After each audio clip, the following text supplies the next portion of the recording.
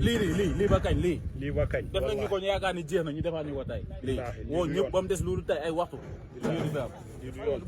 am doola. gars yi ay jàmbaar parce que Serigne Bamba waaye lii dafa ñaaw. wër na alxuraan koy billaay sa doomu koñ en tant que doomu dëkk bi mais fii lu waaye def sa bopp seen data yaay yi ñëpp bu ko dugal ko TikTok bu ko ndaya tàgg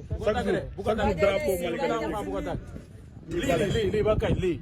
doomu dëkk bi ñu ne c'est bàyyi fi tur yëpp c'est tuddale boppam général bu Malika. billahi le pays va mal barke Seydina Mohamed li dafa ñaaw li c'est dépassé billahi ñun général mooy suñ Modou Lo mooy suñ Balla Gaye barke alxuraanu karim ñun amuñu lu dul général Malika wallahi li dafa ñaaw ndax turu Malika da nga daan dem Dakar di jël taxi ñu naan la fan mooy Malika léegi amatul à cause de général Malika jàmbaar la borom yoon la woote open press bu mag am autorisation am lépp ñu ni ko doo ko fi def pour quelle raison Malika bakkañ booy Malika bakkañ yooyu bakkañ yooyu dafa ñaaw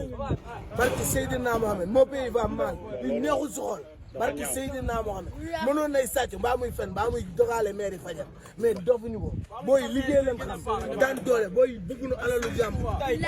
ki tey kenn liggéeyu tey Malika fen la Malika fen la billaay wallaay